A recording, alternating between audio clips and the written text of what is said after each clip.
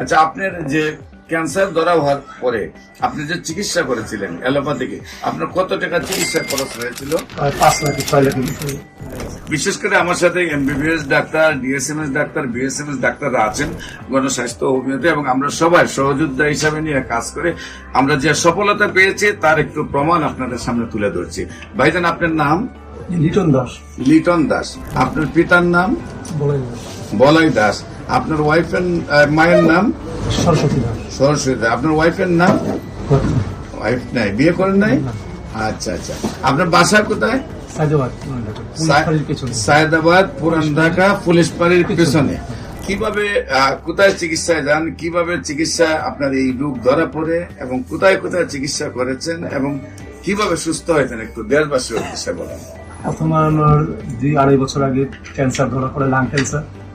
এখানে আমার অপারেশন হয়, একটা লাং চলে যায়, একটা লাং এটা ফেলা যায়, একটা রাখে। আর কেমো দিয়েছিলাম 3-4টা কেমো দেওয়ার পরে আবার 2 বছর পরে এটা ফিরে আসে শরীরে। ডাক্তার বলে আবার কেমো দিতে হবে। তো আমি আর কেমন না দিয়ে আপনার স্বর্ণপূর্ণ আপনাকে ফেসবুকে বিভিন্ন। আপনি প্রথম যখন ডাক্তারের কাছে গেছেন, যাওয়ার পরে ধরা পড়ছে আপনার ক্যান্সার হয়েছে। হ্যাঁ, তো ক্যান্সার হওয়ার আগে আপনি ডাক্তারের কাছে গেছেন, আপনার কি প্রবলেম হতো? আমার কাশি হইতো, কাশি হইতো। কাশি হইতো আর শুকায় যাবে। পর্যাপ্ত পরিমাণে কাশি হয়তো, তারপরে ডাক্তার দ্বারা গেছেন, ডাক্তার দ্বারা যাওয়ার পরে দেখা গেল আপনার লাং ক্যান্সার। তারপরে আপনি লাং কেটে ফেলে 2 বছর মোটামুটি একটু সুস্থ থাকেন। তারপর আবার ক্যান্সার ব্যাক করে, আবার কফ টফ সব চলে আসে।